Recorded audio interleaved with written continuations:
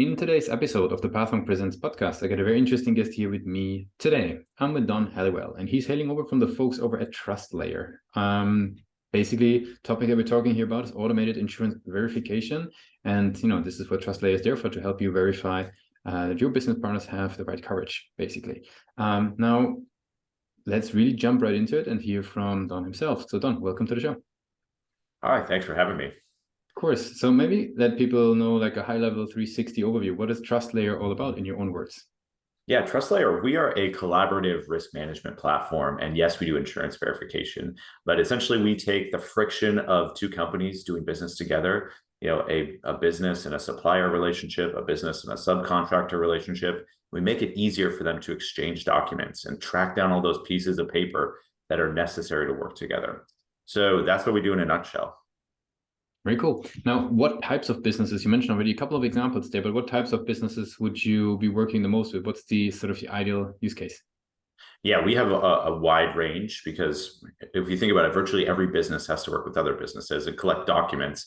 But our main ICP tends to land in the construction, facilities, and properties management space. And we also work with franchises. So if you think about any of these things, there's multiple vendors coming into different properties, different sites, different projects, and they need to juggle and manage all of the compliance and insurance for those third parties.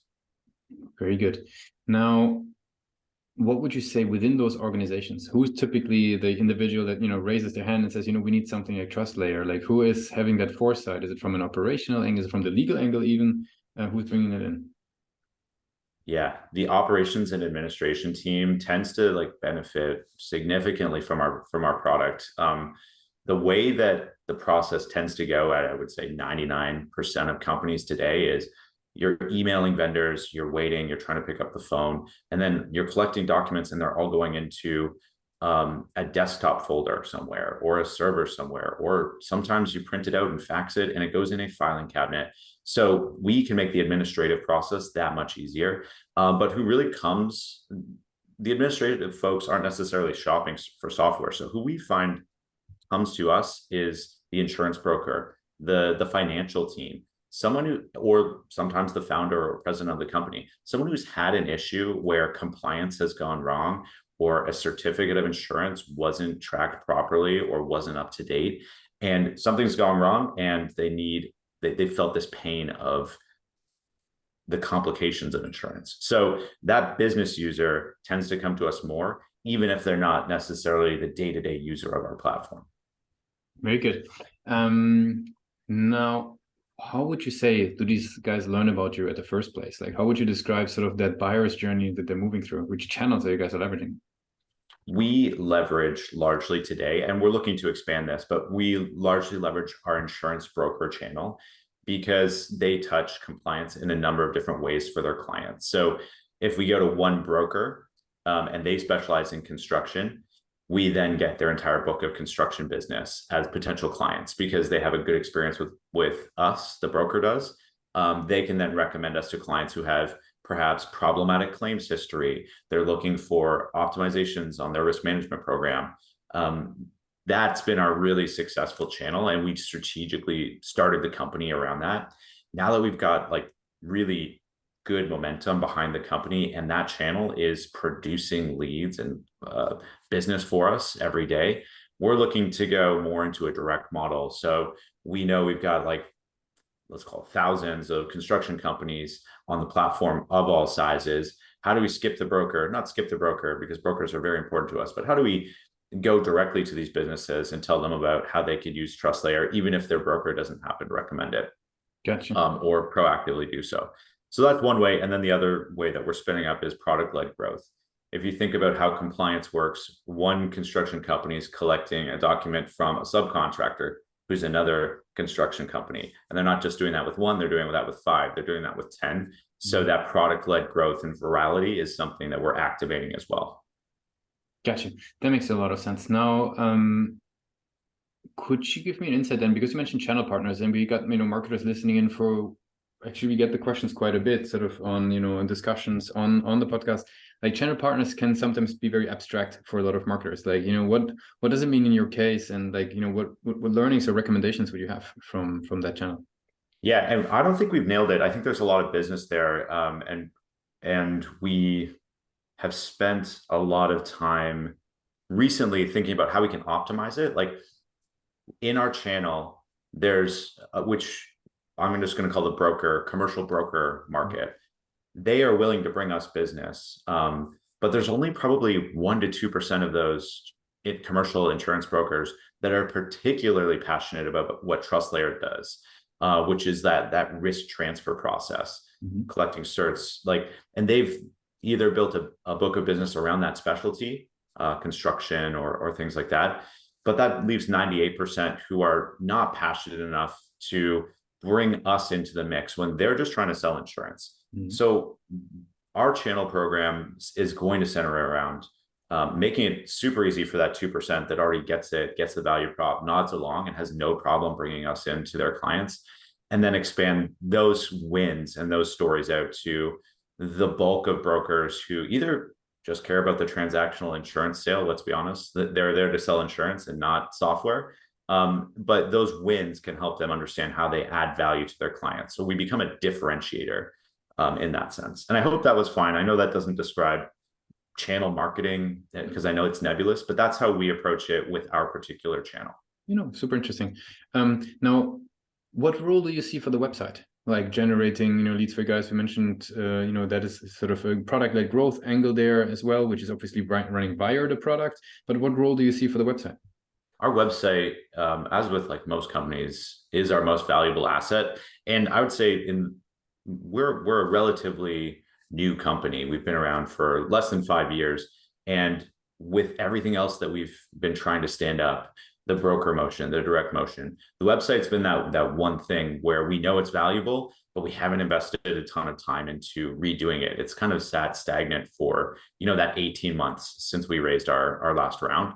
And now this year, we're really investing in it. We're going to be putting out new experience, an entirely new web experience in the next few weeks and months. And it's all around identifying and creating likeness with our audience. If we're going direct, we want that person to land on our website and not see jargon. We want them to know exactly how we can help them versus just, platform jargon, which if you go on our website or any of our competitors' websites today, it's like, oh, it's a vendor risk management platform. Well, what does that really mean? So we're really trying to create an experience that accurately describes and creates likeness with the people that could be coming to it.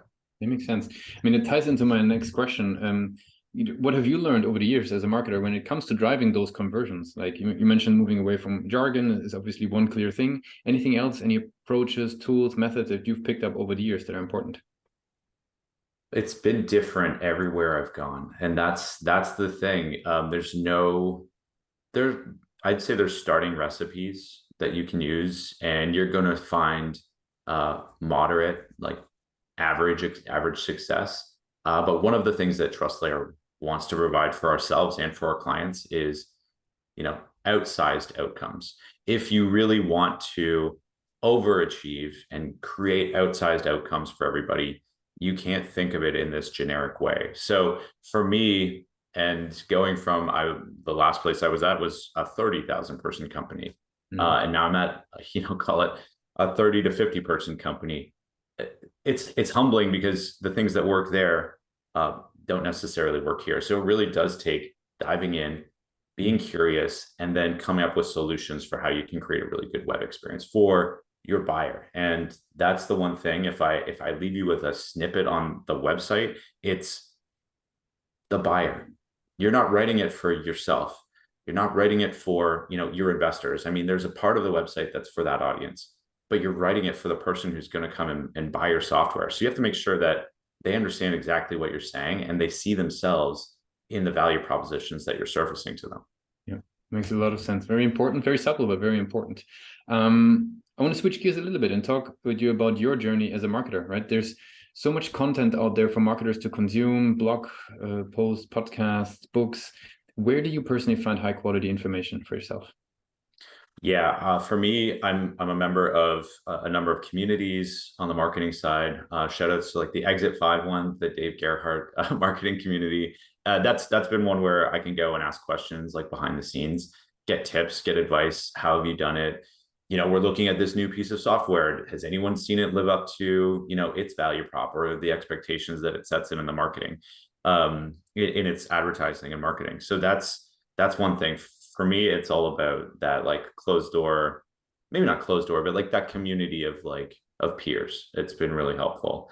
In terms of reading, I mostly listen to podcasts, and I'm only a quick Google search away from whatever the chat GPT bot wants to write up for me. So that's I go, and that's like my starting journey, and then I'll kind of go on a journey from there. Very cool. Couple of rapid fire questions to wrap it up for the day. Are you ready for those? Yeah, bring it on. What is actually the last book you read or the last podcast you listened to?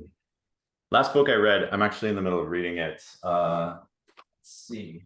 It's really great. It was recommended to me by my CRO. Principles by Ray Dalio. It is like a really great book for anybody in business. Really good perspectives, especially in a busy place. I don't know if that messed up the audio, but we'll be fine. Principles by Ray Dalio. And then I always listen to the All In podcast. I'm a weekly listener to that just because Kraft is an investor in us. So I just always want to hear what their principles are saying. And then just some really like behind the scenes insights from people that have been there. No like advertising agenda and things like that. It's useful to me. What's the one single thing that your company is focused on the most at the moment? Our company is focused on outsized expectations in terms of revenue and growth and conservation and things like that. Marketing team is definitely focused on pushing out a really great website, and we're going to be delivering that very soon.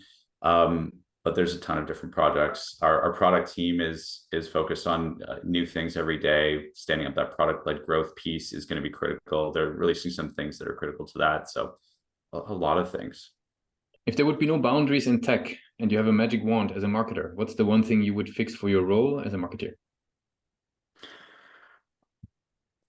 That is a great question. Now, if I had my magic wand, I'd give myself a really solid like team around me. And in my years of marketing, I think having a team is critical. And it doesn't necessarily mean having people on the marketing team.